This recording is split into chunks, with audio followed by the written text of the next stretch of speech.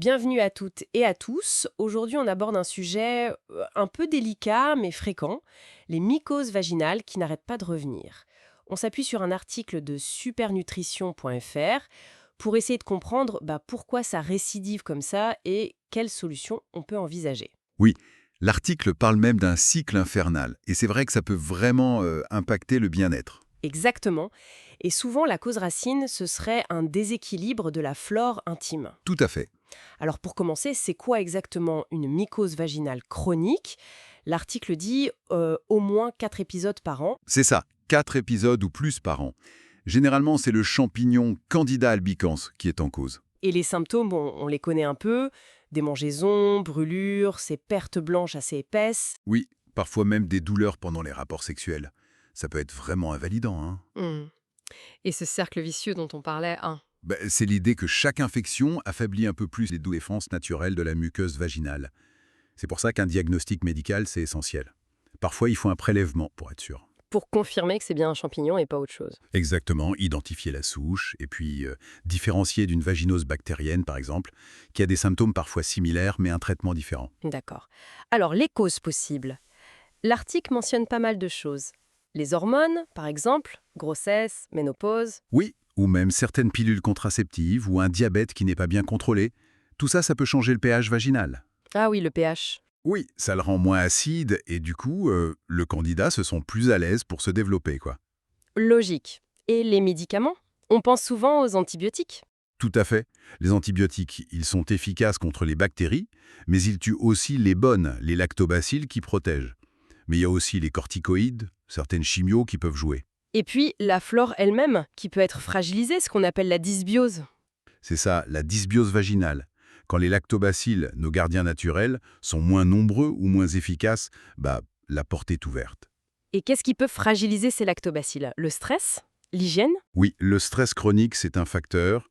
L'hygiène aussi, si elle est trop agressive, hein, avec des savons décapants, ou au contraire insuffisante. Les vêtements trop serrés, en synthétique, ça favorise la macération, l'humidité. Mhm. Et l'article évoque même un lien possible avec la flore intestinale.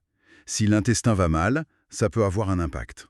Intéressant. Donc, plein de facteurs qui peuvent converger. Voilà. Hormones, médicaments, hygiène, stress, tout ça peut perturber cet écosystème fragile et laisser le candidat prendre le dessus. Bon, alors, face à ça, quelles sont les pistes naturelles proposées? L'hygiène d'abord, j'imagine. Oui, mais en douceur, hein. Un savon spécifique, pH physiologique, 1 ou 2 fois par jour, pas plus. Et pour les habitudes de vie? Plutôt des sous-vêtements en coton, pas trop serrés. Et se changer vite après le sport, éviter de rester dans l'humidité. L'alimentation aussi, ça compte? Apparemment, oui. L'idée, c'est de réduire les sucres rapides, qui pourraient, disons, nourrir le champignon, et favoriser les fibres, les aliments bons pour le microbiote. Et les fameux probiotiques? L'article en cite des spécifiques. Oui, il mentionne Lactobacillus rhamnosus GR1 et Lactobacillus reuteri RC14. Il y aurait des études qui montrent leur intérêt pour rééquilibrer la flore et prévenir les récidives. Mais ça prend du temps, j'imagine. Oui, il faut être patiente. On parle de quelques semaines pour commencer à voir un effet, et peut-être 1 mois ou 2 pour un résultat plus durable. D'accord. Et les petits remèdes locaux comme l'huile de coco, on en pense quoi? C'est évoqué, mais avec prudence. Faut pas faire n'importe quoi. Il vaut mieux un protocole validé par un professionnel. Justement, la place de tout ça par rapport aux médecins. C'est très important de le souligner, non? Ah oui, crucial. Ces approches naturelles, elles sont complémentaires. Elles ne remplacent pas le traitement médical classique, ovules, crème, antifongique orale si une infection est là. Et surtout, si ça revient tout le temps, après les règles, après chaque rapport, il faut consulter. Médecin, gynéco, sage-femme. C'est indispensable. Et si vraiment rien ne marche, même avec le médecin? Alors là, il faut creuser davantage. Exclure d'autres pathologies, vérifier s'il n'y a pas une souche de candidats résistante au traitement habituel, ou chercher des facteurs plus généraux. Un diabète mal équilibré, un souci d'immunité, un stress vraiment majeur. Parfois, des traitements plus longs sont nécessaires. D'accord. L'article aborde aussi quelques questions fréquentes, comme la transmission aux partenaires. Oui, c'est possible, même si le partenaire n'a pas de symptômes. Les symptômes peuvent aussi être discrets chez la femme parfois. Et le lien avec les règles? Et les règles peuvent être une période plus propice, oui, à cause des changements de pH et des protections hygiéniques. Et traiter le partenaire, c'est utile? Parfois, ça peut l'être si les récidives surviennent systématiquement après les rapports, mais c'est vraiment au cas par cas et sur avis médical. Donc, pour résumer, on voit bien que le cœur du problème, c'est ce déséquilibre de l'écosystème vaginal. Mhm. Les causes sont multiples, hormones, médicaments, stress, hygiène.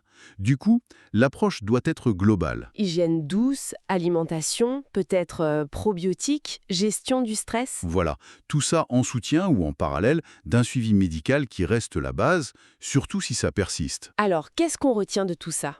Qu'il y a quand même des stratégies pour essayer de sortir de ce cycle infernal. Oui, il y a de l'espoir. Mais que le diagnostic médical et l'accompagnement professionnel sont vraiment clés, surtout pour les cas chroniques ou compliqués. On ne bricole pas seul dans son coin. Tout à fait. Et pour finir, une petite réflexion que ça m'inspire, ce lien mentionné entre flore intestinale et flore vaginale. Ah oui, c'est une piste intéressante. Ça nous pousse à penser plus largement, non?